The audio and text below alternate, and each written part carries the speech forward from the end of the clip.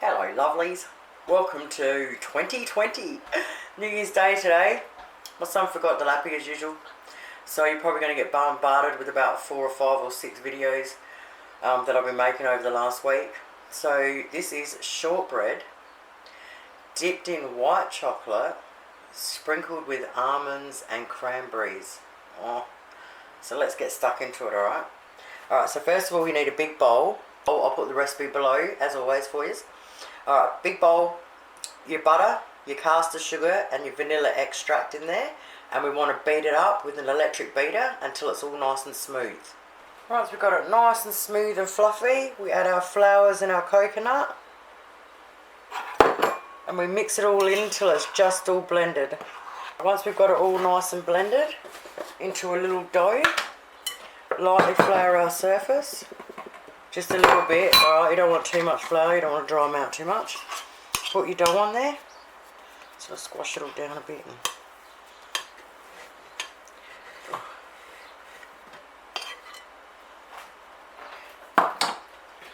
That was as awkward as it looked. Alright. Form it into a... Sprinkle a tiny little bit on top.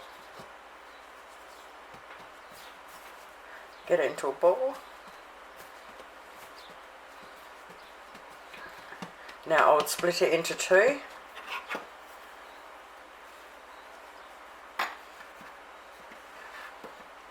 A little bit of flour on top. If it starts sticking, just add a little bit more, but we don't want too much, okay? I'm going to roll it out to roughly 1/2 centimetre. I'm using roughly a 5 centimetre cutter, but you can use anything you want. Alright, cut them as close as you can to each other. Now you need to get yourself some sort of a slider and some baking paper on your cookie tray. Alright, peel them out, or break it off I should say. You've got to be gentle with it. Scrape it up, like so, and put them all on your baking paper. I made 55, so as you can see you don't need to spread them out too much, just a little bit in between them. And it doesn't matter if they're not perfect either, because once we've finished decorating them with that, they'll be perfect. Alright, so once we've done this, we've got to put them in the fridge for 10 minutes to go cold while we preheat our oven at 140 degrees Celsius. They've been in there for 10 minutes, they're nice and cold. Alright, so now we want to put them in the oven for 35 to 40 minutes. We want them light golden brown. And when you just touch them, they're just firm to touch. Now for the fun part. Alright, first of all, you get some Australian dry roasted almonds.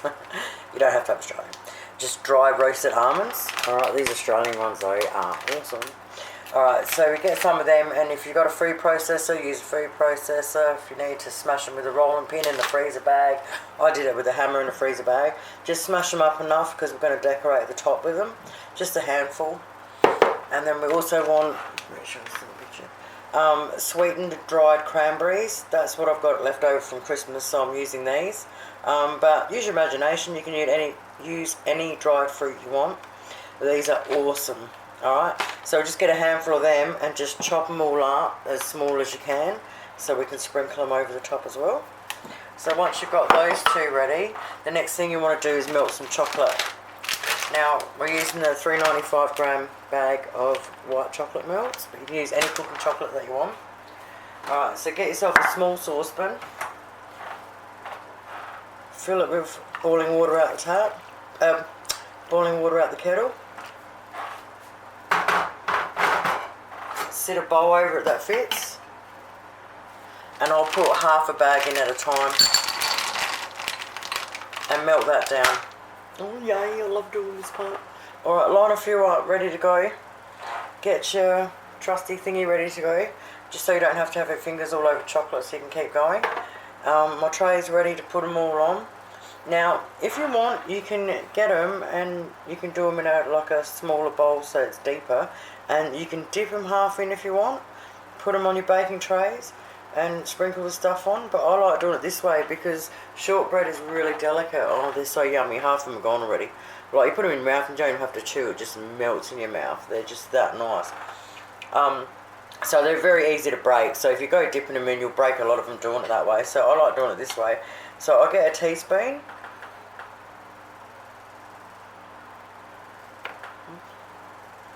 I can't do it without being in your way, hang on. And I'll put a teaspoon's worth, not a heap one, just a little one.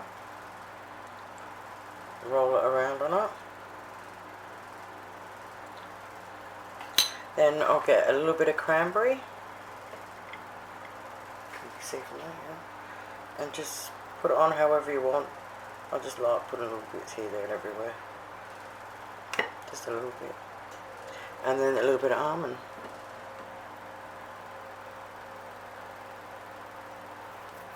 Yum. Look at that. Alright, just slide it onto your thing and put it on your tray and keep going and going and going. Now half of them I'll leave just plain chocolate because some of the kids or adults or whatever might not be able to eat almonds or might not like cranberries, so I'll do half plain chocolate as well. Check these babies out, my friends. Alright, it's pretty warm here, so it took about half an hour, 40 minutes for all the chocolate to set. Alright, now that they've all gone hard, you store them in an airtight container in a cool, dark place. I'm going to have to stick mine in the lounge because it's the only cool place I've got here. But if you're not in a cool place anywhere, put them in the fridge, alright? And then just leave them out for a few minutes before you serve them up.